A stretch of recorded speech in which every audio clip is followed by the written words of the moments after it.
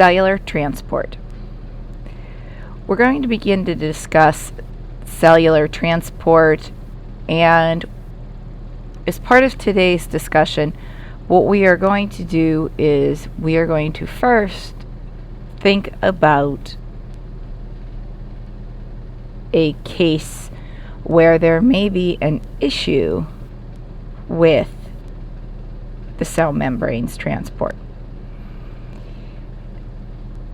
There used to be a folklore or old wives' tale, if you will, from the Middle Ages that said that if a child who tastes salty from a kiss on the brow, for he is cursed and soon must die. The child would not fare well if when you kissed them on the forehead, you tasted salt. This child did not fare well and would not gain weight and would have constant coughs and respiratory problems. In the Middle Ages, this child would not survive.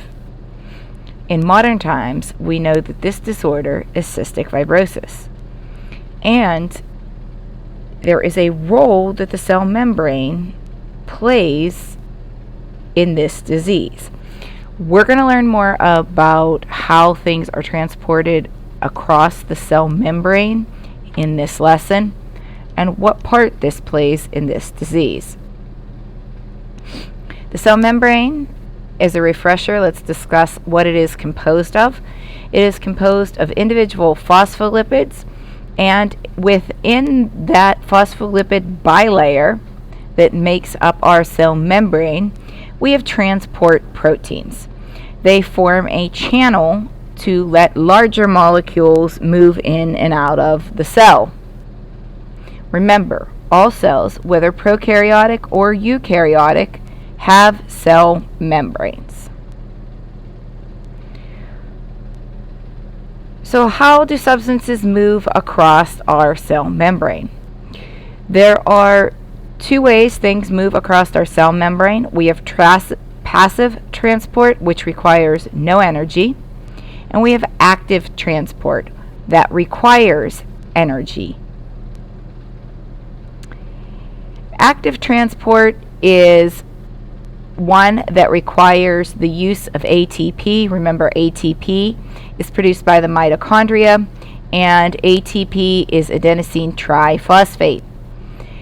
The proteins that are found within the cell membrane move materials across the cell membrane.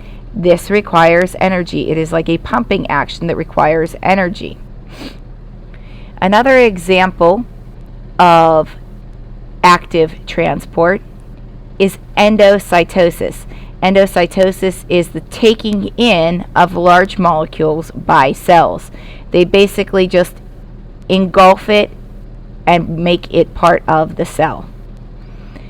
If you take a look at the little video playing here, you can see that this is an example of endocytosis.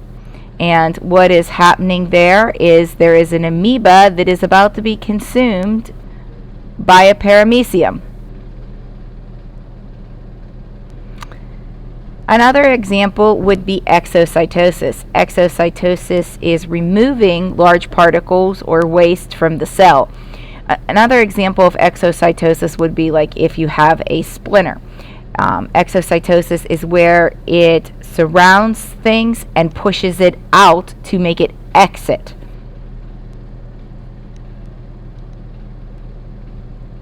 If you look at this is an example of endocytosis and exocytosis. So now we're going to move on to talk about passive transport. Passive transport requires no energy. Before we begin to talk about passive transport, we need to talk about what a solution is. A solution is one in which a substance is dissolved. In every solution, there are two parts. There is the solute, that's the substance that is being dissolved, and the solvent, that is the substance that does the dissolving. The solvent is usually a liquid, Water is one of our most important solvents, and it dissolves so many different solutes. Passive transport requires no energy. There are 3 types of passive transport that we're going to discuss. That is diffusion, osmosis, and facilitated diffusion. In facilitated diffusion, the helper proteins help move things across the cell membrane. Let's begin by talking about diffusion. Diffusion is the movement of molecules from an area of high concentration to an area of low concentration. When we have diffusion occur, what happens is the molecules tend to spread out. So diffusion can occur in the air or in the water or across membranes, but it does not have to have a membrane for it to occur. Examples of diffusion would be if we put food coloring in water and we let it set. Eventually the particles will move and the water will all become one color. Or if there is perfume in the air, like if we spray perfume, the molecules will spread out and we will be able to smell it in other areas of the room. So eventually the whole room can smell that perfume because the molecules have moved from the areas of high concentration in one corner of the room to the areas of the low concentration in the other parts of the room. So when you look at this would be a little example of our passive transport.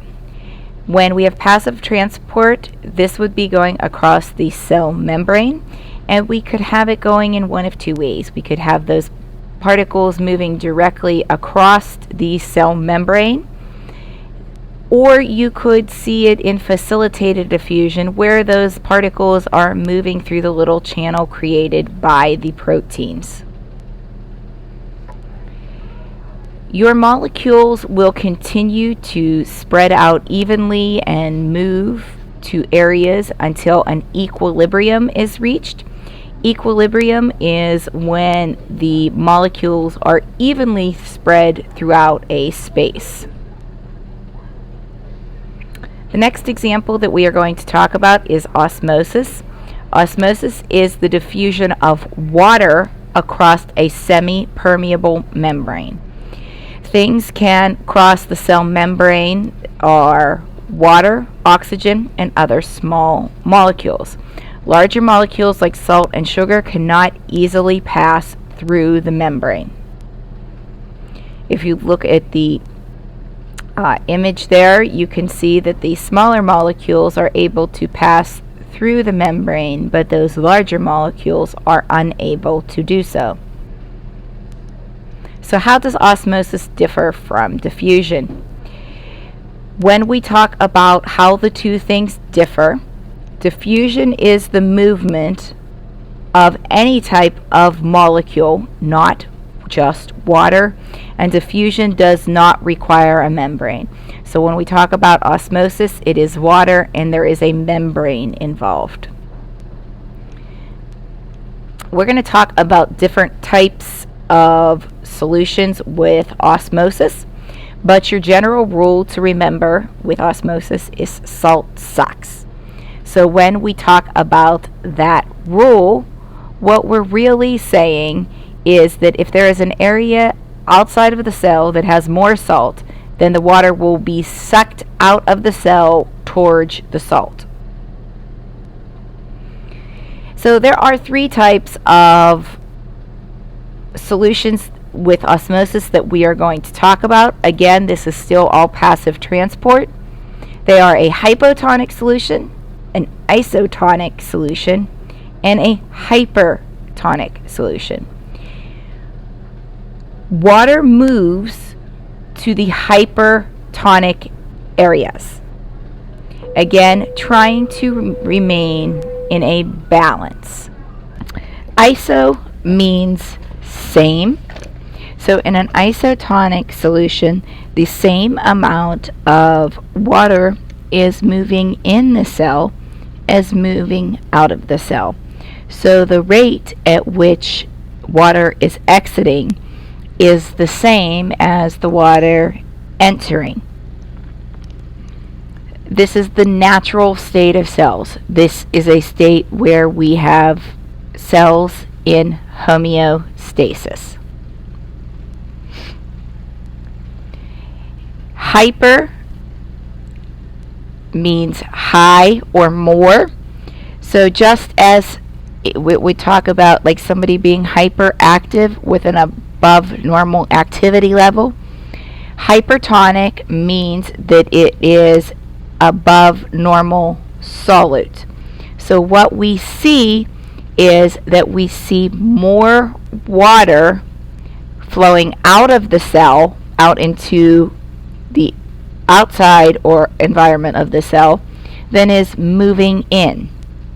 So the rate at which water is entering the cell is much less than the amount of water exiting the cell. So a hypertonic environment has a higher or above normal amount of solute. Hypo means low or less.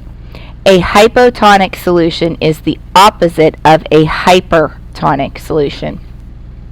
In a hypotonic environment, the amount of solute is lower than normal.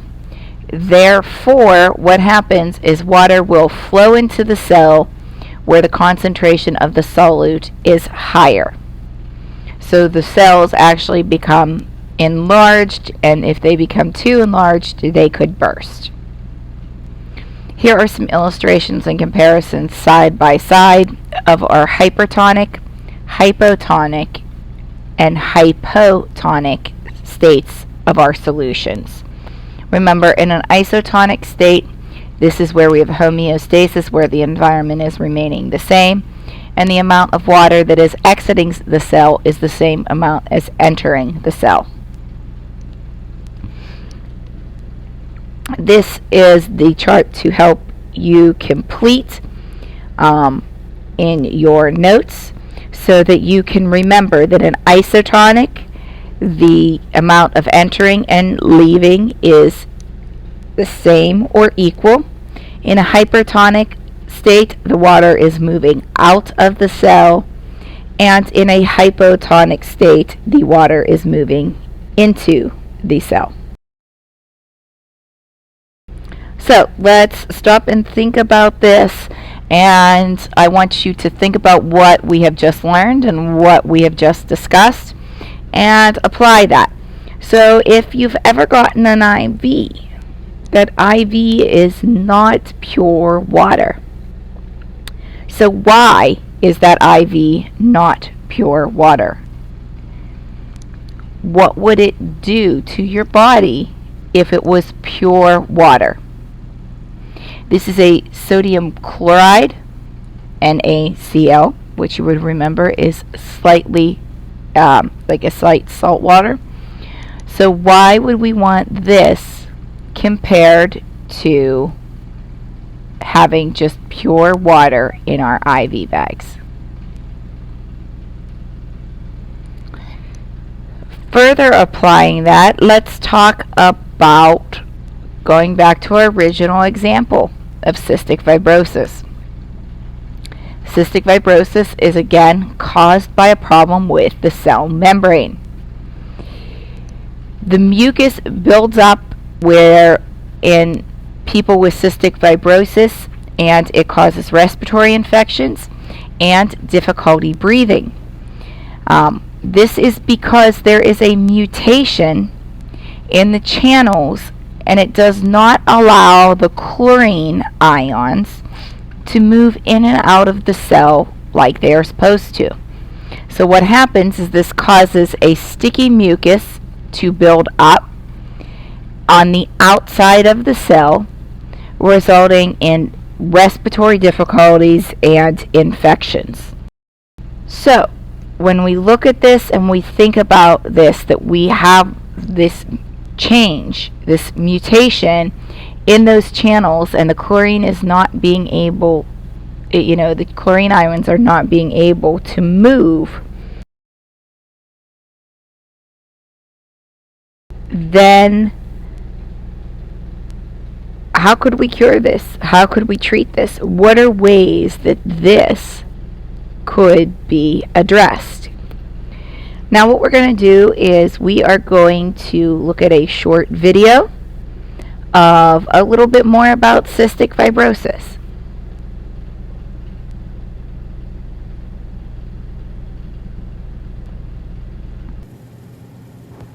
So that concludes our lesson on the cell membrane and transport across the cell membrane, and how it actually relates to some of the disorders that can occur in humans. Things that you need to remember is that molecules are constantly in motion, and the goal is for them to reach equilibrium. Diffusion is something that occurs in all molecules where we have movement from high concentrations to areas of low concentration. But osmosis only occurs in water, and it deals with a semi-permeable membrane.